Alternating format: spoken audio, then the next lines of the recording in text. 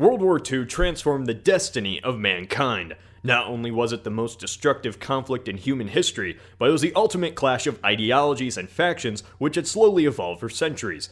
In our timeline, after years of war, the Third Reich was obliterated, Hitler committed suicide, and a violent ideology died with him. In the aftermath, the victors, the Allies, organized the entire world in a manner which would never allow such an occurrence to happen again. They were able to shape mankind's future in their image. Today we are globalized, connected both economically and socially. The internet, American influence, all can be tied back to the victors of that war. The reason I say this is because many don't think about the world today in any other way than the natural evolution of progress. Yet it is not. If the war's outcome had been any different, Western civilization from every aspect of life would have been radically changed. What if the Allies did not defeat Nazi Germany? What if in an alternate timeline, the Third Reich, through military might and conquest, conquered Europe and won World War II? I'm going to explore the effects of a Nazi victory on the human and global scale. How would it transform the 20th and 21st centuries? In American schools, Nazi imagery and teachings are only mentioned in brief generalizations. We all know Nazi policies were anti-Semitic, racist, authoritarian, etc., but rarely is the ideology itself analyzed. In this alternate scenario, I'm not going to specifically focus on what Germans could have done differently to have won the war. This has been debated by numerous historians. What I want to focus on is what such a world would look like if Hitler's plans were allowed to be put into action. Here is one scenario. In this alternate timeline, Nazi Germany has launched a successful invasion of Europe. Britain, France, Poland, the Eastern Soviet Union, and numerous other countries all have been occupied by German troops.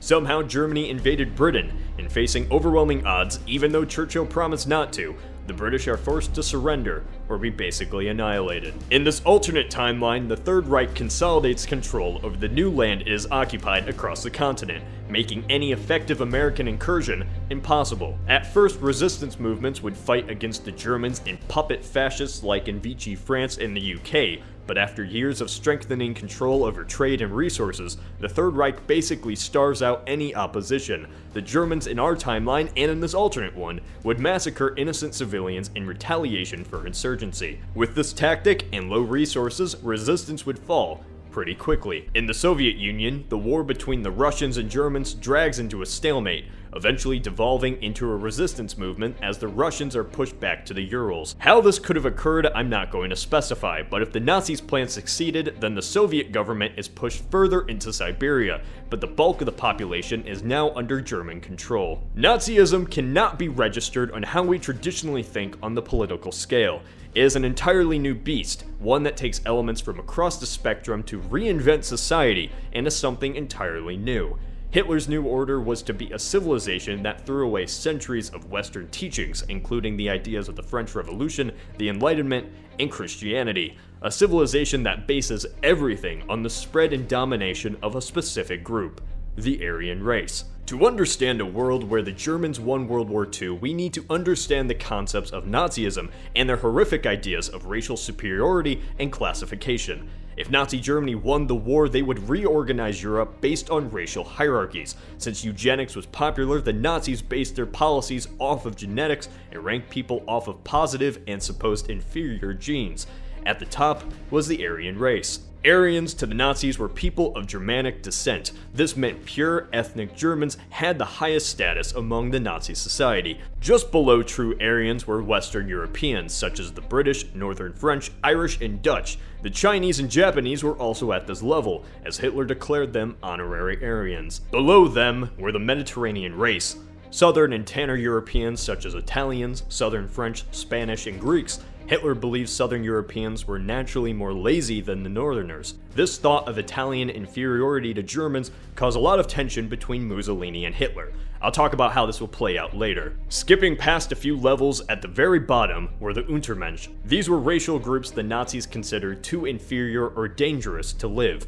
These were the Slavs, such as the Poles, Russians, and Ukrainians, Jews, Roma, homosexuals, communists, etc. In this alternate timeline, if Germany was able to successfully implement Lebensraum, after decades of German control, Poland, Russia, and the Eastern Slavs would cease to exist. The Slavic people of Eastern Europe would face a genocide 10 times larger than that of the Holocaust in our timeline, mass extermination in the tens of millions. Hitler was a fan of how the United States successfully depopulated and pushed back the American Indians, and so he wanted to recreate this against the Slavs. In this alternate timeline, following a German victory, borders are redrawn arbitrarily and governments are set up in what was formerly Poland, Ukraine, and the Russian states, now with German leaders. Slavs begin to lose rights, resistance is met with entire towns being slaughtered, and Jews are immediately sent into concentration camps, as they were to be automatically killed. The Slavic people were to become enslaved, and used as a mass labor force to contribute to the German war machine,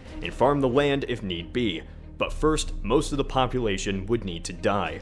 Laws are passed similar to Stalin's policies, causing mass starvation, and soon millions die in a massive famine. In our timeline, Hitler's plan was for over 50 million to die before colonization could begin. Over a period of a few years, once the natives no longer exist as a nation, German colonists begin moving and colonizing former Slavic lands.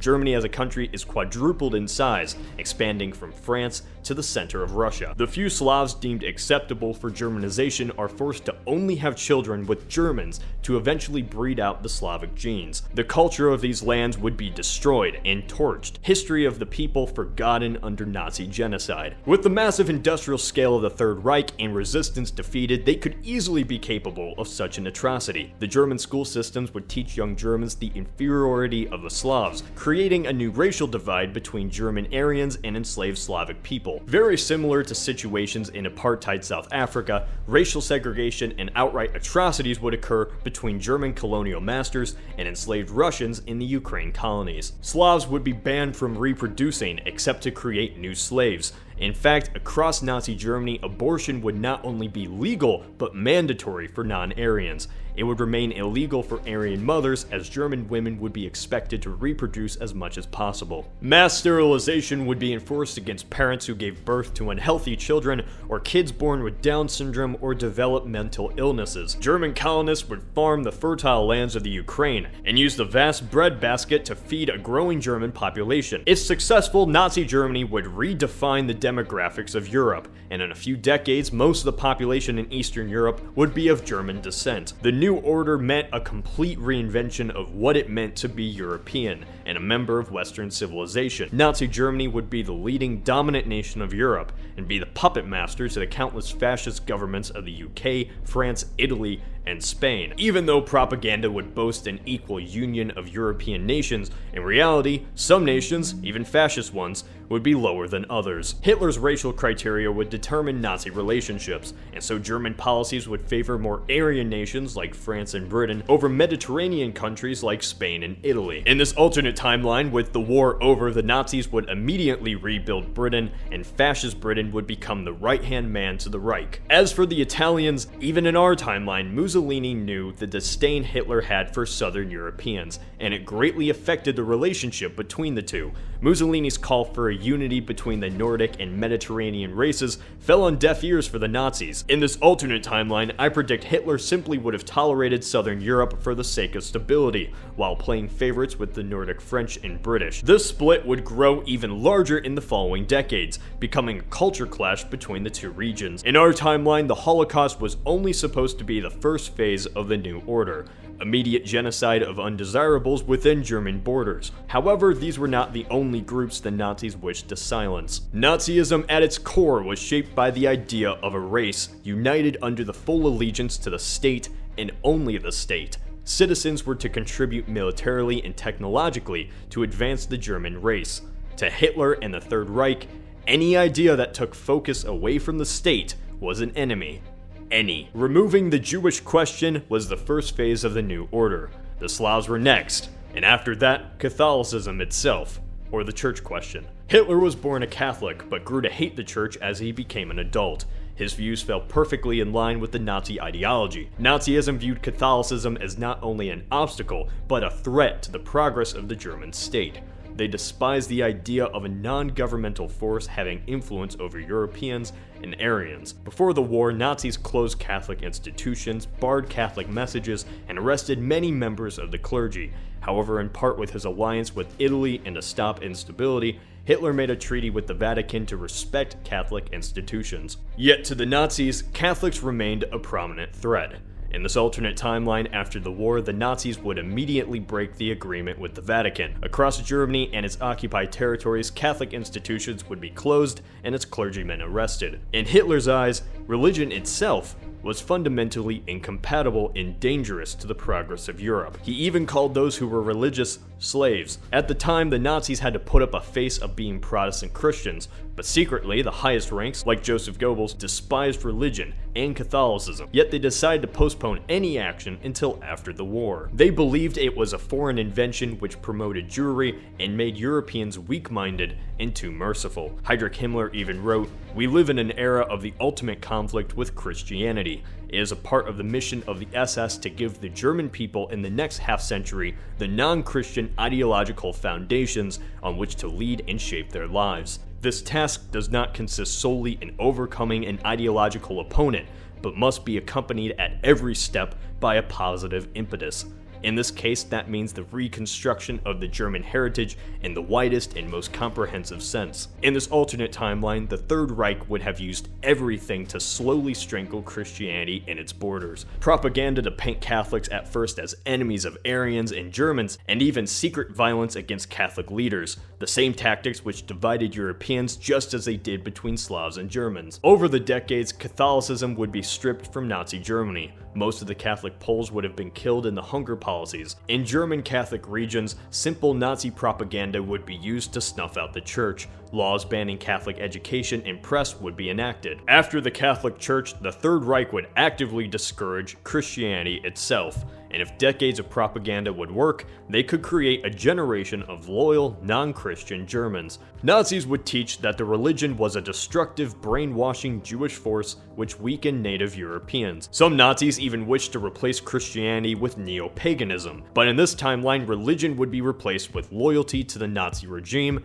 and to the race. The swastika would replace the cross across much of German Europe. This scenario is going to be a part of a new series. I don't know how many parts it will be, but I want to focus in detail on every aspect of life in this alternate scenario. I don't want to rush it. World War II was a defining moment that decided the history of Western civilization. In the Allied victory, Nazism was destroyed and never returned to power. But had the victory gone to Germany, the modern world would have evolved and taken a much darker turn. Over the next few videos, I'll explore in length one out of the infinite possible scenarios if Hitler had won the war. Like on Facebook and subscribe if you have not done so. This is Cody from the Alternate History Hub.